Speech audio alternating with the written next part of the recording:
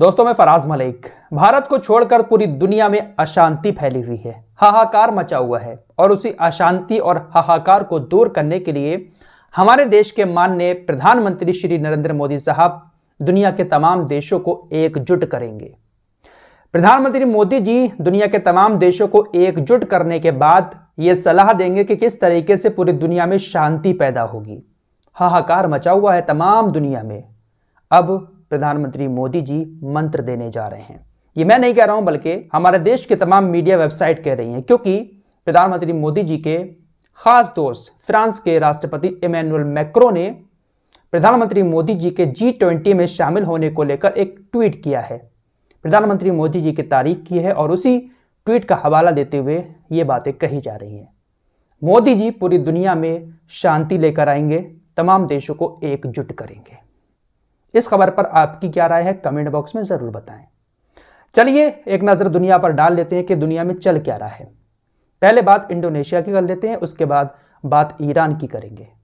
Indonesia की सरकार एक नया कानून बनाने जा रही है और इस कानून की दुनिया के तमाम देशों में जरूरत है, खासकर हमारे यहां पर इसकी जरूरत है।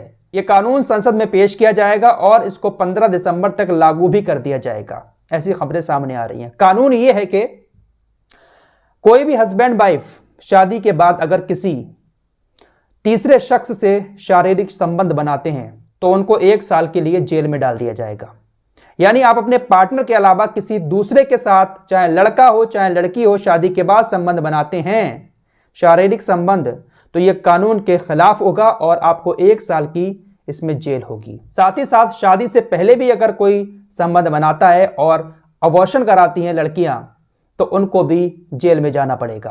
यानी सीधे तौर पर देखा जाए तो यह कानून इसलिए बनाया जा रहा है ताकि सिर्फ शारीरिक संबंध हस्बैंड वाइफ ही बना पाएं। इसके अलावा ना तो कुंवारे लोग किसी और के साथ, ना ही शादीशुदा लोग किसी तीसरे के साथ संबंध बनाएं।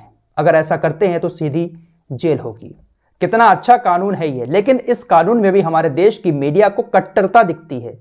क्या लिखा जा रहा है कि सबसे बड़ी मुस्लिम आबादी वाले देश इंडोनेशिया में बड़ी कट्टरता, शादी से पहले शारीरिक संबंध और अबॉर्शन कराना अपराध। इसमें कट्टरता कौन सी होगी भाई? सही तो है, लड़कियां शादी से पहले शारीरिक संबंध किसी के साथ बनाकर अपने माँ बाप की बेइज्जती करवाती हैं।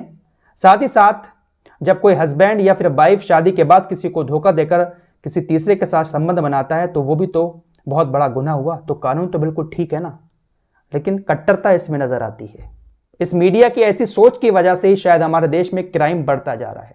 अगली खबर ईरान से आ रही है। ईरान के अंदर काफी टाइम से हिजाब को लेकर प्रदर्शन चल रहा है। महासा अमीनी की जब से वहां पर मौत हुई है तब से लगातार वहां पर विरोध प्रदर्शन देखने को मिल रहा है। अब खबरें ये आ रही हैं कि ईरान की सरकार थोड़ा सा झुक गई है।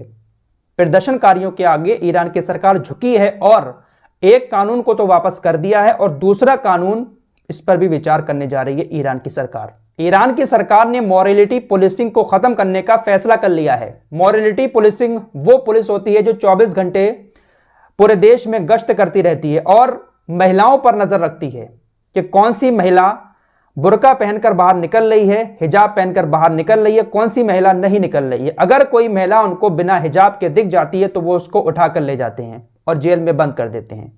मॉरलिटी पुलिसिंग का यही काम था ईरान के अंदर, लेकिन अब वहां की सरकार ने इस पुलिस को खत्म कर दिया है। महासा अमीनी की जो मौत हुई थी वो इसी वजह से हुई क्योंकि महासा अमीनी बिना हिजाब के सड़क पर निकल आई थी। मॉरलिटी पुलिसिंग ने उसको गिरफ्तार किया और जेल के अंदर डाल दिया। जेल में जाने के बाद महासा अमीनी कोमा में चली गई। आरोप ये लगे कि उसको बहुत ज़्यादा टॉर्चर किया गया, जिसकी वजह से महासा अमीनी की मौत हो गई, जिसके बाद से अभी तक वहां पर विरोध प्रदर्शन हो रहा था। अब खबर ये भी आ रही है कि ये जो हिजाब वाला कानून है ईरान के अंदर कि आपको कंपलसरी पहनना ही पहनना है, अब इसमें कुछ बदलाव कर सकती है ईरान की सरकार। ऐसे कुछ हिंट सरकार ने दिए हैं। हालांकि बदलाव क्या होंगे ये बात सामने नहीं आई है, लेकिन बहुत जल्द कुछ बदलाव कर सकती है। तो ईरान की सरकार प्रदर्शनकारियों के आगे झुकती हुई नजर आ रही है, ऐसी खबरें सामने आ रही हैं। देखते हैं कि भाई क्या फैसला बदलती है, हिजाब को खत्म करती है या फिर कुछ और बदलाव करके इच्छा के मुताबिक हिजाब को वहां पर रखती है ईरान की सरकार। फिलहाल बड़ी खबर यही है कि प्रधानमंत्री मोदी जी देश में शांति लाने के लिए सभी देशों को एकजुट करने वाले हैं। मिलते हैं एक और नए वीडियो के साथ, तब तक के लिए अपना ख्याल रखिए।